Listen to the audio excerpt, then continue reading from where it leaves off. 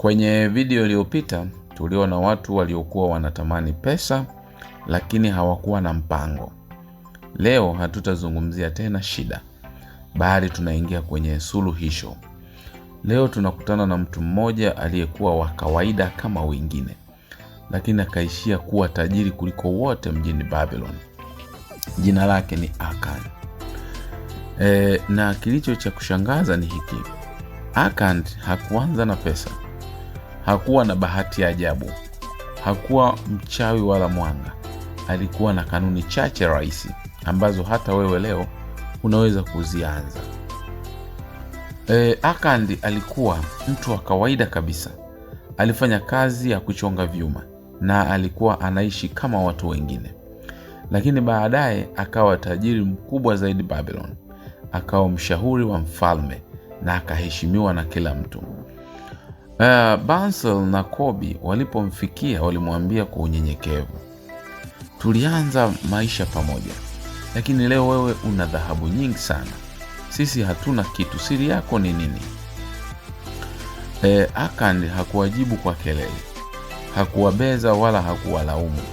Aliwaambia kitu kimoja cha msingi sana. Nilijifunza jinsi ya kuzifanya pesa zifanye kazi kwa ajili yangu. Hapa ndipo watu wengi wanapokosea. Wanafanya kazi kwa ajili ya pesa, lakini hawazifanyi pesa ziwafanyie kazi. Akan aliwaambia, sehemu ya kila pesa unayopata ni yako ya kubaki. Kwa lugha rahisi au ya leo tunasema jilipe wewe kwanza. Si kodi kwanza, wala mavazi kwanza, wala anasa kwanza, bali akiba yako mwenyewe kwanza. Akan alipendekeza angalau 10% ya kipato chako iwe ya kuhifadhi.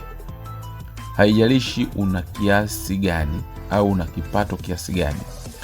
Kidogo hifadhi kidogo, kingi hifadhi kingi. Muhimu ni nidhamu, sio kiwango. Bansel na Kobi walilalamika, lakini pesa zetu hazitoshi. Akan aliwajibu kwa hekima, ndivyo ilivyo kwa kila mtu, lakini anayejua kuhifadhi kupata zaidi kuliko anayekula vyote. Funzo ni kwamba matumizi hupanuka kulingana na kipato. Ukiongeza mshahara bila nidhamu, utatumia zaidi na stress itaongezeka tu. Mfano halisi ni kupatia. Unakuta mtu analipwa 500,000 kwa mwezi. Anasema haiwezekani kuhifadhi. Lakini akipandishwa mshahara analipwa 800,000, bado hana akiba. Kwa nini? Kwa sababu hakujifunza kuishi chini ya kipato chake. Akan alituambia kama huwezi kuishi kwa 90%, basi pia hutaweza kuishi kwa 100%. Akan hakuishia hapo, akawaambia akiba yako lazima ifanyiwe kazi, isiwe imelala. Lakini anasisitiza kwanza nidhamu ya kuokoa kabla ya kufikiria uwekezaji. Funzo kubwa ni kwamba usiweke pesa au usiwekeze pesa ambazo hujajifunza kuheshimu. Kutoka kwa Akan tumejifunza kwamba utajiri unaanza na nidhamu, lakini pia jilipe wewe kwanza. 10% sio ndogo, ni mwanzo kwa kuhifadhi. Lakini pia tatizo sio mshahara, ni matumizi. Akiba ni msingi wa uhuru wa kifedha.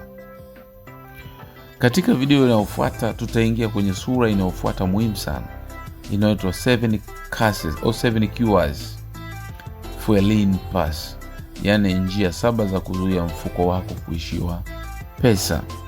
Kama unataka kuacha kuishi mshahara hadi mshahara, lakini pia kuwa na udhibiti wa pesa zako, usikose video inayofuata.